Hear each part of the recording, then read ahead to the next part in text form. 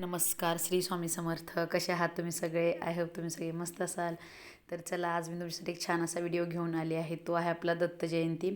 तर बघा, आपली ह्या वर्षी दत्त जयंती 2024मधली 15 डिसेंबर 2024ला वार रविवारी येते आहे. तर आपल्या कॅलेंडरमध्ये तर म्हणजे महालक्ष्मीच्या कॅलेंडरमध्ये तर 14 तारखेला दिली आहे शनिवारी. पण आपल्या केंद्राच्या कॅलेंडरनुसार आपली दत्त जयंती 15 तारखेला रविवारी आहे. तर बघा, कारण का माहिती आहे का, पौर्णिमा शनिवारी आपली सायंकाळी 5 वाजता 4:59ला लागते, म्हणजे 5 वाजता लागते. तर वाढता दिवस म्हणून आपल्या इकडं पौर्णिमा पण रविवारी 15 तारखेलाच मानली गेली आहे. तर त्यामुळे केंद्राच्या कॅलेंडरनुसार 15 डिसेंबरला आपला दत्त जयंतीचा कार्यक्रम होणार आहे. तर केंद्रामध्ये आपला 15 तारखेला आहे व आपले गावामध्ये जे दत्त मंदिर वगैरे असतात तर त्यांच्या इकडं 14 तारखेलाही दत्त जयंती होईल. कारण आपल्या म्हणजे आम्ही ज्या दत्त जयंती वगैरे आम्ही करतो साजरी, म्हणजे आम्ही जातो केंद्रामध्ये, तर आमच्या केंद्राच्या कॅलेंडरनुसार आम्ही नाही का साजरी वगैरे करत असतो. तर आपली बघा, तर आपण काय करायचं आहे, दत्त जयंतीनिमित्त आपण कोणत्या सेवा करणार आहे. कारण दत्त जयंती म्हणजे आपल्यासाठी नाही का खूप सारं असं, बघा आपल्या केंद्रामध्येही आपलं गुरुचरित्र पारायण वगैरे बसतं असतं. सगळे एकत्र मिळून नाही का आपण केंद्रामध्येही गुरुचरित्र पारायणाचं नाही का आपण करत असतो पारायण वगैरे. तर त्याची एकदम नाही का वेगळी एवढी उत्सुकता लागलेली असते आपल्याला. तर बघा, आता ह्या वर्षीचेही आपण नाही का आता करणार आहे गुरुचरित्र. त्याच्या आधी आपण काय करायचं आहे, तर आपली दत्त जयंतीपर्यंतची सेवा म्हणजे 21 दिवसांची आपण स्वामी सेवा करणार आहोत. तर स्वामी सेवा काय करायची आहे, 21 दिवसांच्या प्रभावी सेवा. तर आपण काय करायचं आहे, 21 दिवसाचे पारायण म्हणजे गुरुचरित्राचे, आता स्वामीचरित्र सारामृतचे आपण 21 पारायण करायचे आहे. तर म्हणजे कसं, तर बघा आपल्याकडे स्वामीचरित्र सारामृत बघा मी स्क्रीनवर दिलं आहे. ते स्वामींची जी पोथी आहे किंवा ग्रंथ आहे, तर त्याचं आपण रोज एक पारायण म्हणजे 21 अध्याय आहे त्याच्यामध्ये. तर आपण रोज 21 अध्याय वाचन करायचं आहे. तर 21 अध्याय आपण केले रोज, तर आपले 21 दिवसामध्ये आपले 21 पारायण होत असतात.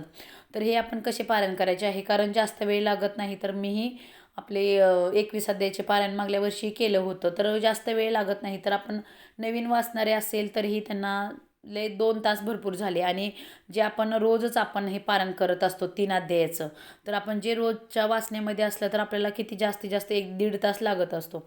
तर तुम्ही ही सेवा करायची आहे. तर तुम्हाला जमत असेल तर तुम्ही नाही का एका जागेवर म्हणजे एका बैठकीतही करू शकता. जर तुम्हाला नसेल, एका बैठकीत होत नसेल नाही का, काही कारणास्तव नाही होत, कुणाला जास्त वेळ बसू नाही शकत, तर त्यांनी म्हणजे 2 वेळाही केलं तरी चालेल. म्हणजे 2 वेळा बसून म्हणजे थोडा वेळ बसून नंतर उठले तरी चालतील. 2 बैठकीमध्ये केलं तरीही चालेल. तर आपण असं करायचं आहे. तर आपण 21 अध्यायाचं पारायण करायचं आहे. तर तुम्हाला 21 अध्यायाचं नाही जमलं तर तुम्ही या 21 दिवसामध्ये नाही का 7 अध्यायाचंही पारायण करू शकता. तर म्हणजे कसं करायचं, तर स्वामीचरित्र सारामृताचे रोज 1 ते 7 अध्याय वाचायचे आहेत. बरोबर आपले बघा, रोज 1 ते 7 अध्याय वाचले तर आपले 3 दिवसामध्ये 1 पारायण पूर्ण होईल व आपले 21 दिवसामध्ये आपले 7 पारायण पूर्ण होतील. जर तुम्हाला नाही का 21 अध्यायाचं पारायण पूर्ण होणार नाही, म्हणजे तुम्हाला नाही का असं एवढा वेळ नाही देता येत, आपलं नाही का आपलं बिझी शेड्यूल असते, आपलं काम असते, संसारिक माणसं आपण, तर एवढं होत नसेल तर तुम्ही 7 पारायण हे करू शकता. आणि तुम्हाला नाही 7 पारायण हे जमत नसतील तर आपले रोजचे 3 अध्याय तुम्ही जर वाचले, तर आपले रोजचे 3 अध्याय वाचले तरीही आपले 7 दिवसात 1 पारायण होईल, 14 दिवसामध्ये 2 होतील आणि आपले 21 दिवसापर्यंत आपले 3 पारायण तर नक्की होतील. नाही का, तुम्हाला जमल तशी सेवा नाही का, तुम्ही 21 अध्यायाची केली तर चांगलंच आहे. 21 अध्यायाची नाही जमली तर तुम्ही 7 अध्यायाची म्हणजे 21 पारायणाची नाही जमली तर तुम्ही 7 पारायणाची करा. 7 पारायणाची नाही जमली तर 3 पारायणाची तर तुम्ही नक्की करा. कारण 3 पारायणाची सेवा तर आपण रोजच करत असतो, कारण आपण रोजच्या स्वामी सेवेमध्ये 3 अध्याय वाचतच असतो. तर ती तर तुम्हाला माहिती आहे सोपी सेवा आहे, जास्त वेळ काय लागणार नाही, अर्धा तास पण भरपूर झाला आहे त्यासाठी. तर तुम्ही नाही का ही छोटीशी सेवा तर नक्की करू शकता. आणखीन आपल्याला कुठली सेवा करायची आहे, तर त्याचबरोबर आपण 11 माळी जप, म्हणजे तुम्ही रोज 11 माळी जप करायची आहे. तर आपण अशा 11 माळी जप करत गेलो तर आपले 21 दिवसांची नाही का अशी सेवा होऊन जाईल. तुम्हाला ती जमली तर तुम्ही ती करा. आणि तारक मंत्राची आपल्याला सेवा करायची आहे. तर रोज आपण 11 वेळा तारक मंत्र म्हणायचं आहे. म्हणजे तुम्हाला नाही का कोणती इच्छा, असं काही नाही, स्वामी आपली सगळ्या इच्छा पूर्णच करत असतात असं काही नाही आहे. पण तुमची मनामध्ये इच्छा असेल तर तुम्ही स्वामींचे तारक मंत्र नाही का 11 वेळा रोज म्हणायचं आहे 21 दिवस. आपल्याला ही सेवा ही प्रभावी आपण करू शकतो. म्हणजे तुम्ही पाणी वगैरे घेऊन नाही का पाण्यावरती तुम्ही हात ठेवून किंवा आपल्याला नाही का तांब्याचा छोटा कलश वगैरे असेल तर त्याच्यामध्ये तुम्ही आपल्या उजव्या हाताची 3 बोटे बुडवून तुम्ही हा तारक मंत्र 11 वेळा म्हणायचं आहे व ते पाणी तुम्ही घरातल्या सर्वांना प्यायला दिलं तरी चालेल. तर तुम्ही हेही प्रभावी आपली सेवा करू शकता. तसेच आपण याच्यामध्ये आपले कोणते नियम अटी वगैरे आहेत का, तर कोणतेही अटी वगैरे नाही आहेत.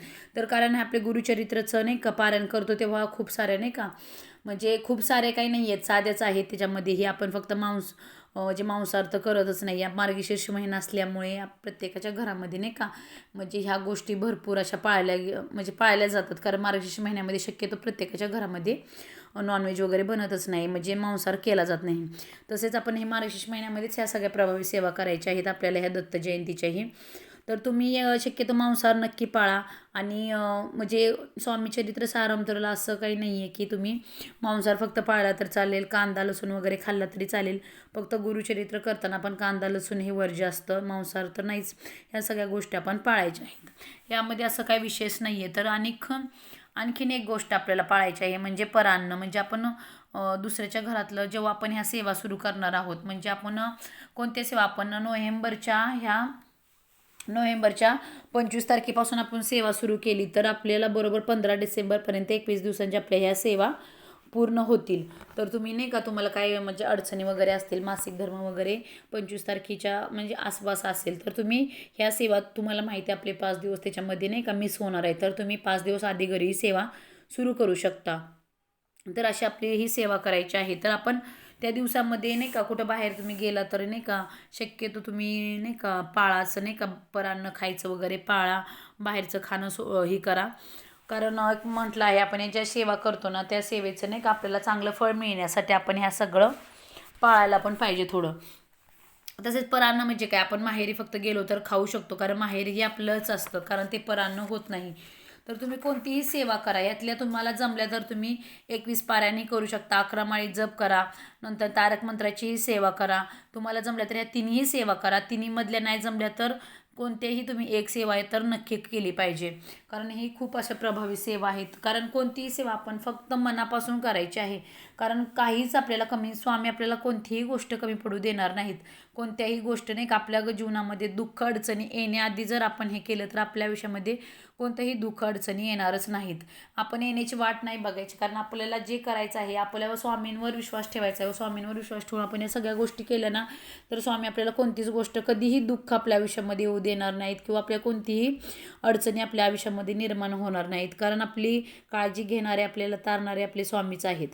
कारण आपण म्हणत असतो नाही का माझी ही इच्छा आहे त्यासाठी मी हे पारण करत असतो.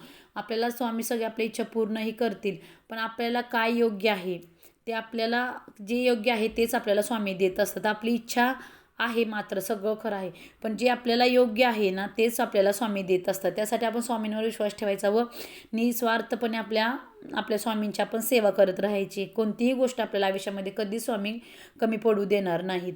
तर तुम्ही नक्की ह्या सगळ्या सेवा करा. कारण ह्या आपण रोजही आपण स्वामीसेवा नित्यसेवेमध्ये ही आपण 3 पारायण वगैरे 3 अध्याय वाचत असतो. नंतर आपल्या स्वामींच्या नित्यसेवा करत असतो, तारक मंत्र म्हणत असतो, 11 माळी जप करत असतो.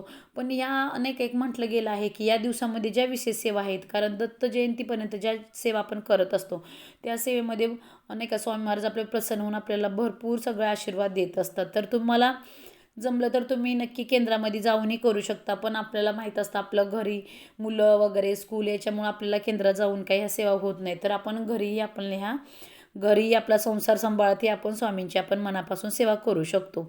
तर तुम्हीही नक्की ह्या सेवा आपण 25 तारखेपासून नाही का ह्या 21 दिवसात सेवा सुरू करणार आहोत आणि मीही करणार आहे, तुम्हीही नक्की करा. तर व्हिडिओ आवडला तर नक्की व्हिडिओला लाईक करा. चॅनलवर नवीन असाल तर चॅनलला सबस्क्राईब करायला विसरू नका. धन्यवाद.